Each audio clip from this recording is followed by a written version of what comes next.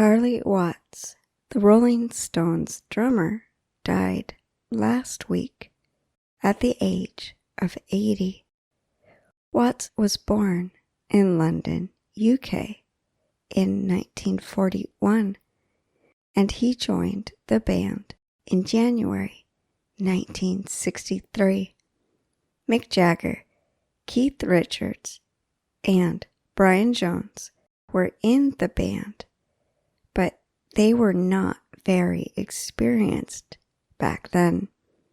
With Watts, the band started to become more successful. Many people thought that Watts was one of the greatest and most talented drummers. It was interesting that he never went to a music school, and he learned to play drums by watching other drummers. In the 1960s, the Rolling Stones became one of the biggest bands, and they were popular in all the world.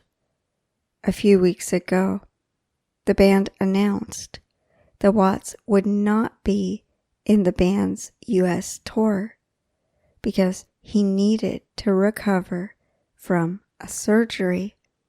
It was not clear what exactly happened to him.